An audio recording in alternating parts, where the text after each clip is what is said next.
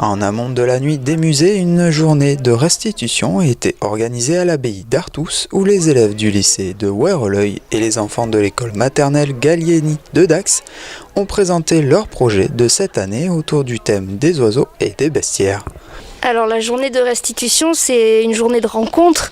Chaque classe a travaillé de son côté depuis septembre et donc le 14 mai, on se retrouve et on met en commun, on explique, chaque enfant devient médiateur.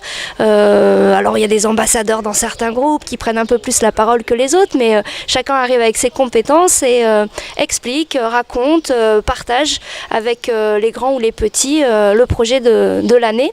Tour à tour, les petits et grands ont présenté leurs œuvres, à commencer par la grande section qui a réalisé une fontaine en collaboration avec la céramiste Nathalie Dejean. On a fait une fontaine qui s'appelle le Ganix et les moyens, ils ont fait la tête centrale et les grands, ils ont fait des mini-têtes. En bas, qu'est-ce qu'on a comme figure, effectivement, Mila? Des éléphants. Des éléphants et des... Et les dames. Et les dames, d'accord? Et ils représentent quoi, les éléphants et les dames? Ils représentent tout ce qui est Par terre. par terre, avec l'eau qui coule, tous les éléments, la terre et l'eau. Et plus on monte dans cette sculpture, plus on rencontre quoi? Les oiseaux. Les oiseaux, très bien. Tout ce qui Volent. d'accord? Quel est l'animal que certaines de vous ont fait, Inès, et qui vole, un animal, un personnage imaginaire?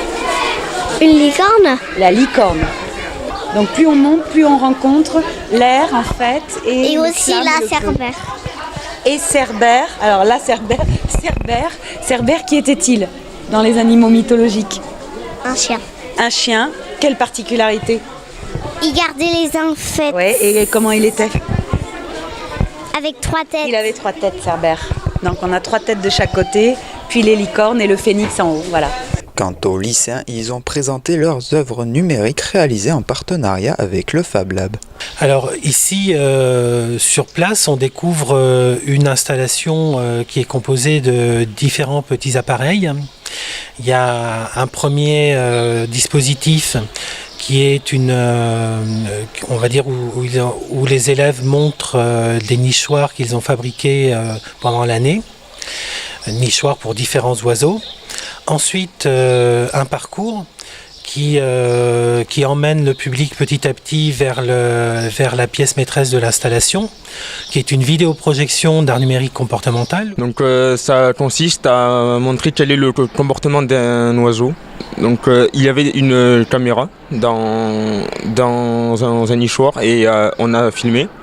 L'image était retransmise au sol, au milieu de l'abbaye d'Artus.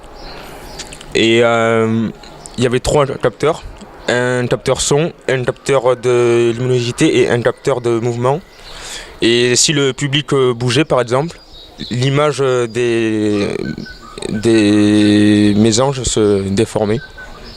Et pareil pour le son, donc si on criait c'était pareil et si on cachait la lumière c'était pareil. Et dont l'objectif est de sensibiliser le public à la disparition des passereaux.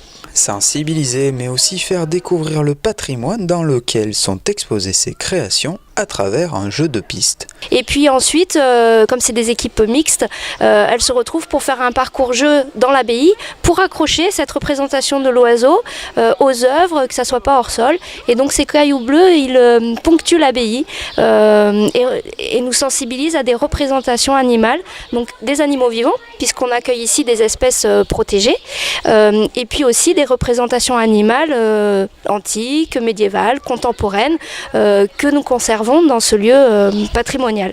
Donc ça permet l'air de rien, en jouant, d'avoir une visite thématique de l'abbaye d'Artus sur les oiseaux.